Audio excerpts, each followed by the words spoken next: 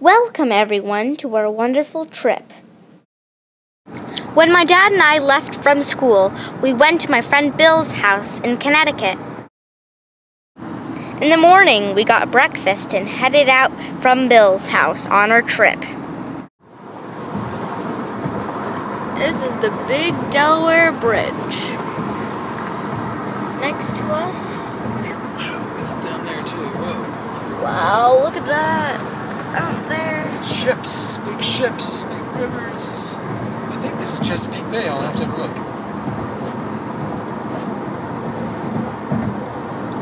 Just look at that. We drove through the Delmarva Peninsula to get to Chincoteague. Delmarva stands for Delaware, Maryland, and Virginia. Our next stop was Chincoteague and Chincoteague Island. As you know, it may be hard to get up early in the morning, but I scooted myself outside to go photograph the sunrise. Suddenly, from far away, I saw wild ponies.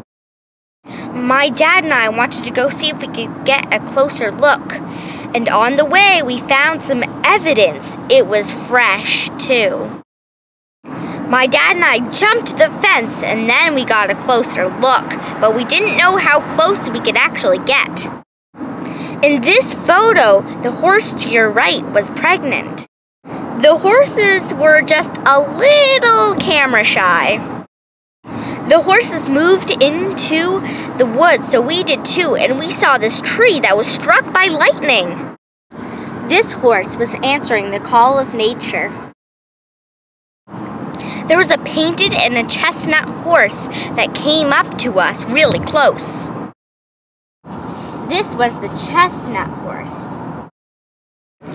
And this was the painted horse that came up and nudged me. So what I did is that I reached my hand out and I pet it. Its fur was so soft and it was so gentle to me.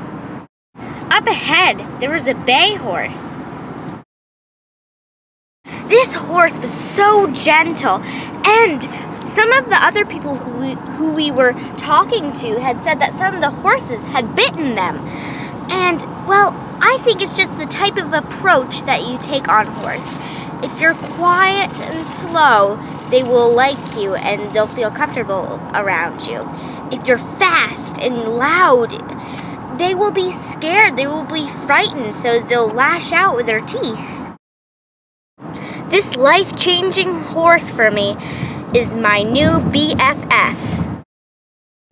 The next day, we went to a wonderful restaurant called Bill's, and right next to the restaurant, there were a couple of ducks with bills. We gave the ducks some breadcrumbs and home fries. They loved them. I also paid the bill at Bill's. After breakfast, we went to the dock. The ducks were swimming in the water gracefully. There was a disgusting present that laid on the ground at the fishing port. It was a dead, smelly fish. Ick. But it was kind of cool. After finding that present, we went to go to a wood shop where they carved wood into beautiful sculptures. There was a sculpture of Misty of Chincoteague for those who have read the book. We went to a beach where I flew in the wind. There were many birds frolicking at the surf. There were some beautiful fluorescent flowers in the garden. We stayed with our good friends, the Honans. Steve Honan was in the Navy. A place at the Naval Academy was Dahlgren Hall. There we got to play pool. It was so cool. One of the earliest biplanes was hanging at the other end of Dahlgren Hall. With Nancy Honan, Steve Honan's wife, we got to see the planes and jets go right over our heads. It was almost like you could touch them. My dad helped direct the planes in and jets in with recycling these 2 bottles. The next day we went to Amish country in Pennsylvania. Since the Amish have no electricity, they use a windmill to pump water for their livestock and for themselves. The draft horses help till the fields for planting season. They use cow manure for fertilizer. To get around places, they have to use a horse and buggy. Last night, I saw one pull out of Kmart. I could not believe my eyes when I saw it pull out of Kmart to the highway. Some livestock that the Amish owned were turkeys and deer. Who would think about that?